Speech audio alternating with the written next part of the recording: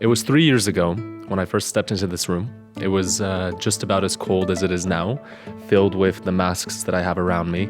And at that point, everything about Bulgaria's mask tradition, survakarstvo, was a complete myth to me. I had no idea what it looked like, what it sounded like, what it felt like, and who were the people behind it. But after spending roughly 2 months within this village, Dolna Sekirna, which holds a very special place in my heart and is one of the most important places that I think I filmed in my home country, Bulgaria, coming back here now feels really surreal, but also a bit like coming home.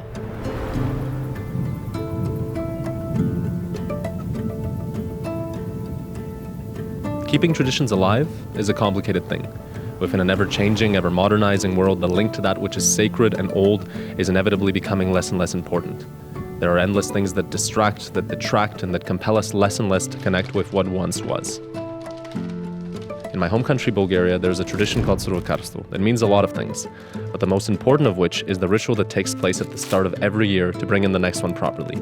On a basic level, it's individuals and villages dressed up in costumes and masks meant to ward off evil spirits and allow for prosperity and good tidings to arrive in the year to come. I started this project where many people probably would start it, and that's at the National Surva Festival in Pernik, one of the most commercial places where this takes place every year, which is very different to what I have around me right now. I realized that if I wanted to create something unique, I would have to get close to one of these groups. Given that they all came from different villages all around the country, reaching out to one of them was like throwing a dart at a dartboard and landing somewhere, anywhere where I could start. And I think the funny thing about it was that I went over to one of the people that was participating from Dolna Sekirna, from this village that I'm in right now, and I asked him where he was from because I was so impressed by the masks, but I had very little time and it was extremely noisy to actually figure out where this person was coming from and what village he was representing. And amidst the noise, I made out subtly something that sounded like Dolna Sekirna. I wrote it down in my journal, and I hoped that if I wrote it into Google Maps and tried to find it, it would actually be a real place that I would be able to visit. So arriving here, I wasn't even sure if this was the place that I overheard. And in fact, it was Dolna Sekirna. In other words, Lower Sekirna with the aptly named Gorna Sekira above it. This was the small corner in Western Bulgaria that I had never been to that slowly started to take over my thoughts, my weeks, and my ideas of what I wanted to film for that winter season.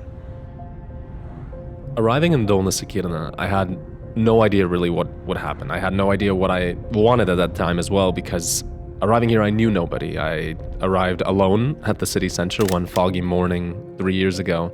And I knew that at that point I needed to meet someone, spontaneously or not, who would be my main character for this film that I still had no idea really what it would be about.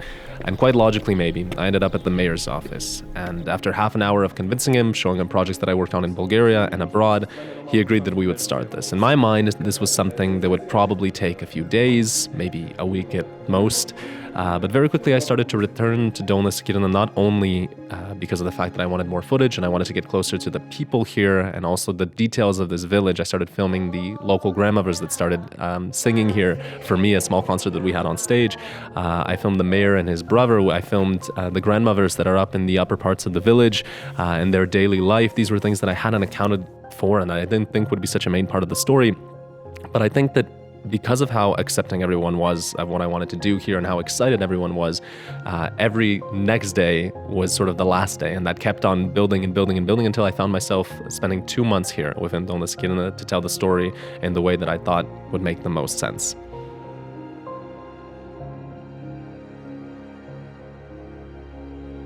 I think for me, one of the most beautiful moments of this entire project was realizing the true meaning of Surva. As cliche as that sounds, I spent one afternoon in one of the grandmother's houses, in Baba Emilia's house, and I remember she opened this photo book where she wanted to show me her husband. And I quickly realized that every single photo that she has of her husband, maybe there was one or two that weren't like that, but 90% of the photos that she had were her husband in full Surva attire, which was extremely interesting to me because she would flip through this photo album and at every photo she would point and say, that's my husband, and that's my husband, and that's my husband who passed away. But she would point at these photos, and there was a certain type of pride for me that was very beautiful to see because despite the fact that I couldn't see his face, none of the facial features were visible behind the masks, just maybe his eyes. Showing it to me, she did so with such excitement that I think at that moment I realized really how important this tradition is, how proud people are that their husbands or sons or daughters or whoever else it is participates in this tradition and upholds it.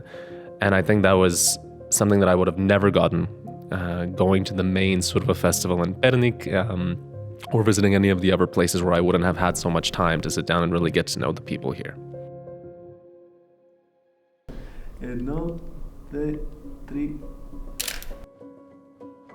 I think one of the main problems that I have with filmmaking, maybe, and photography in general, is that a lot of people that participate in this, that tell stories, very often lose out on the fact that whatever they tell, they have to go back and show it to the people that they've actually documented. There are certain cultures in the world where there's this idea that by taking a photo of someone or a video, you're in some way taking their soul or their spirit.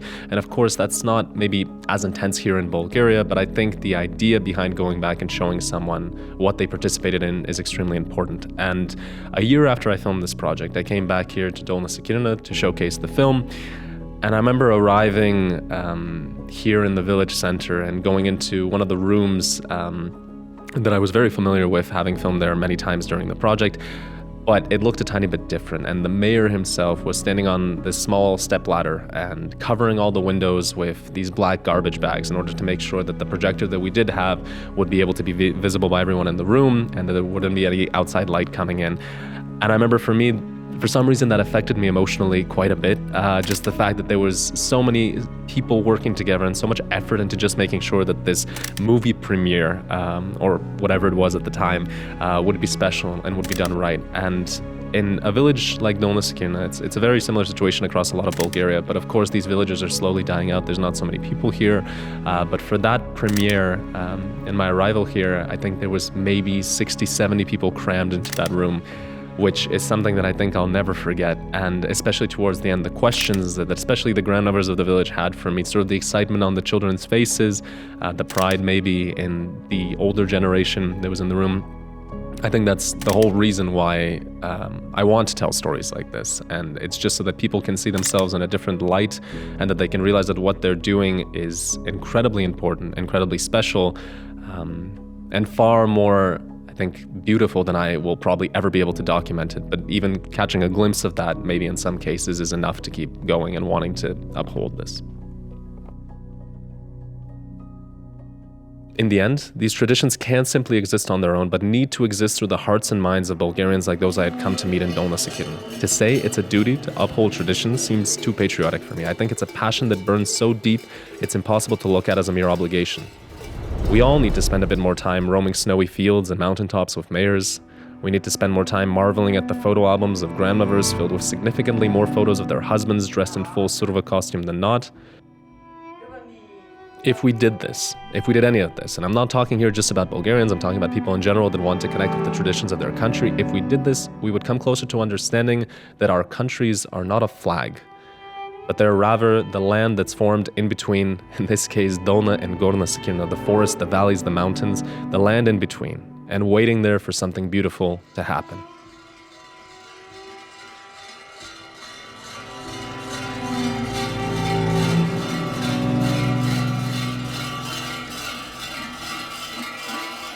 The note that I want to finish all this on is that one of the most important characters in the film, grandmother Stanka, Baba Stanka in Bulgarian, having come back here 3 years later, I found out today that a few days ago she passed away. And the woman who played such an important role, at least for me, not only in the film, but in general in my experience here in the village, this grandmother very literally became my own grandmother visiting here and shared with me stories about her upbringing, her childhood, the difficulties that she went through growing up.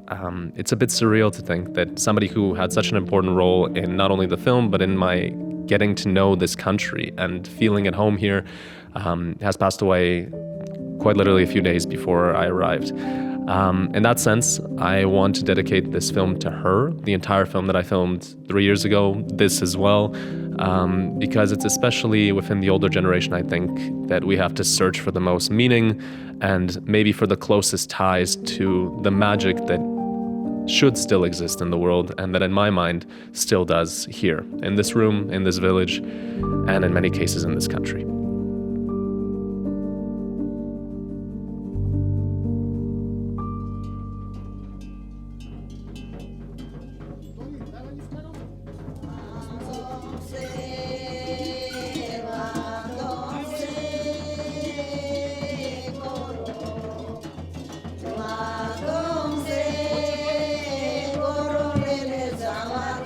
има още един.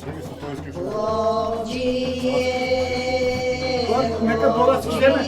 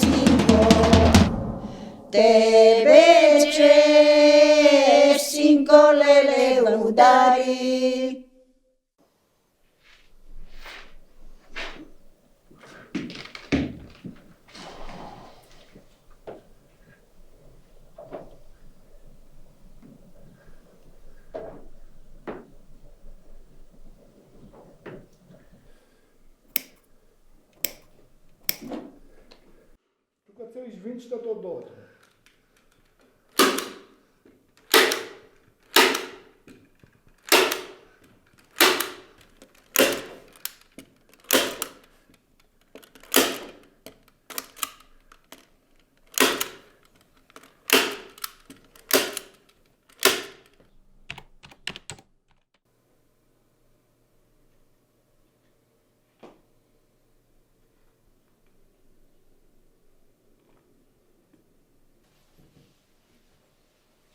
Ами аз смятам, че празника Сурова е от незапомнени времена и се предава от поколение на поколение.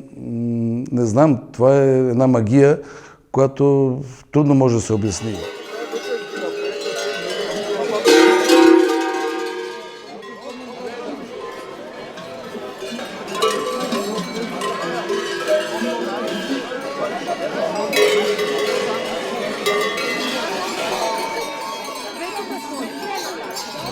Но всеки човек, който веднъж се облякал като сурвакар и нали, с звънците и с маската, така вече им става част от групата.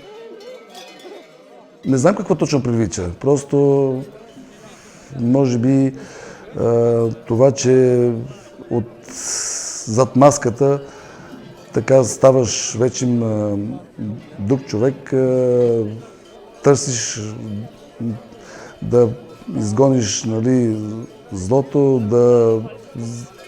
да нали, дрънкаш за плодородие, за по-добра година, за берекет.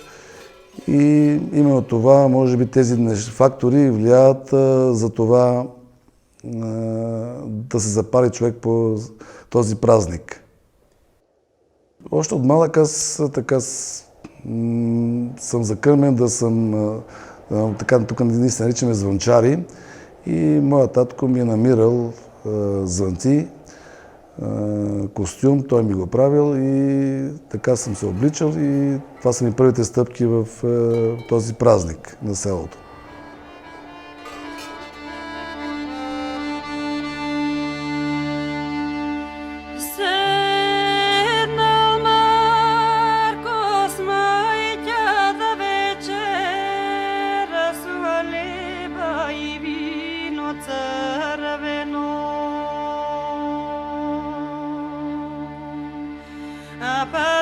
Marco pod mustak posmina se gleda go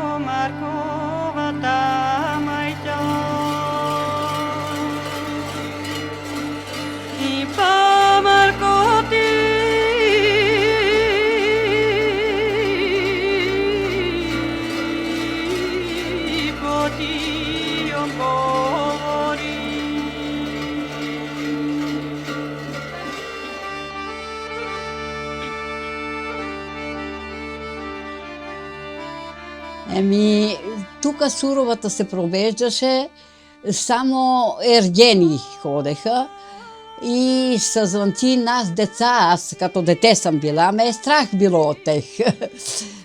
Криеме се от тех, а те с звънци, с хлопотари, ври. Ама големо селото, много хора идеха на Сурва. Сурвакари от 30 човека повече беха даже. И така беше.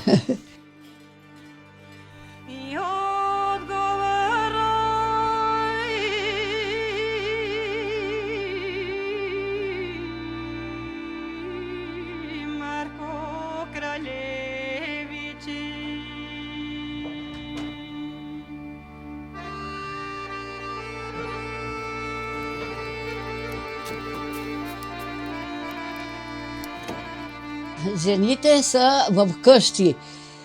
Майките на синовете им идат на Сурова, примерно, а женените мъже не ходят на Сурова, само синовете. А жените почват баници да точат. И там от други тръгват вече по къщите. И те вечерта, като изходили насекъде, уморени, се прибират и седат да вечерят. Греяна рекия, вариво, баници, веселба цела нощ.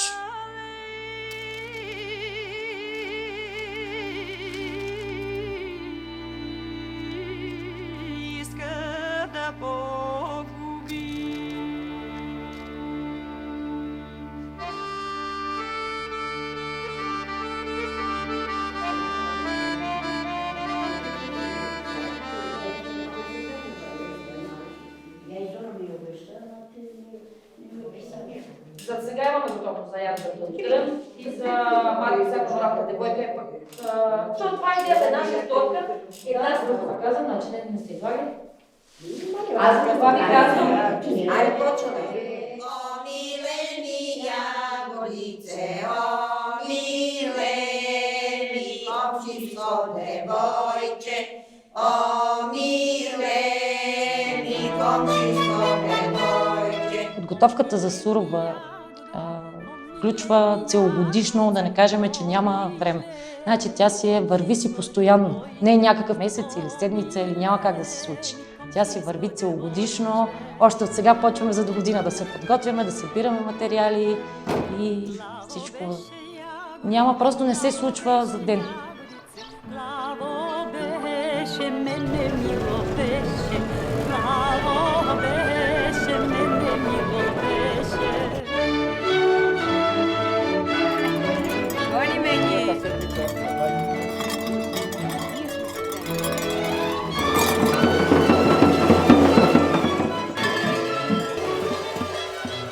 Това е празника, който ни събира. Всички хора са ангажирани, всеки навсякъде. Но това е празника, в който действително всеки си оставя всичко като ангажименти и идва. Аз като служител към това читалище и да се обърнеш и да видиш 100 човека, чувството е уникално. Да сте живи, да сте здрави!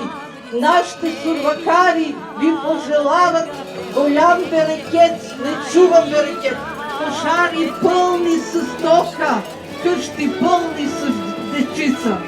Сега ще видите нашето хоро, сърцата и душите на хората.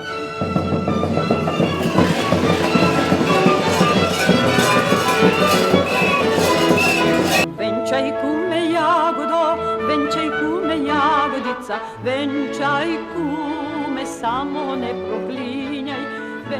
Ами смятам, че ние не отиваме нашата специална група единствено за наградите. Ние отиваме за и самия празник и считаме, че наградата не е фактор да се отиде на такъв празник. Защото това е празник, който се почита от всички нас. Да, 2 пъти сме спечелили Златна маска, това е най-голямата награда на най-големия фестивал за Сурова. Тя до някъде допринася за повече стимулиране. Веднъж като си носител на такива големи награди, те задължават да поддържаш това нещо, това ниво, да бъдеш така винаги представен като най-добрия.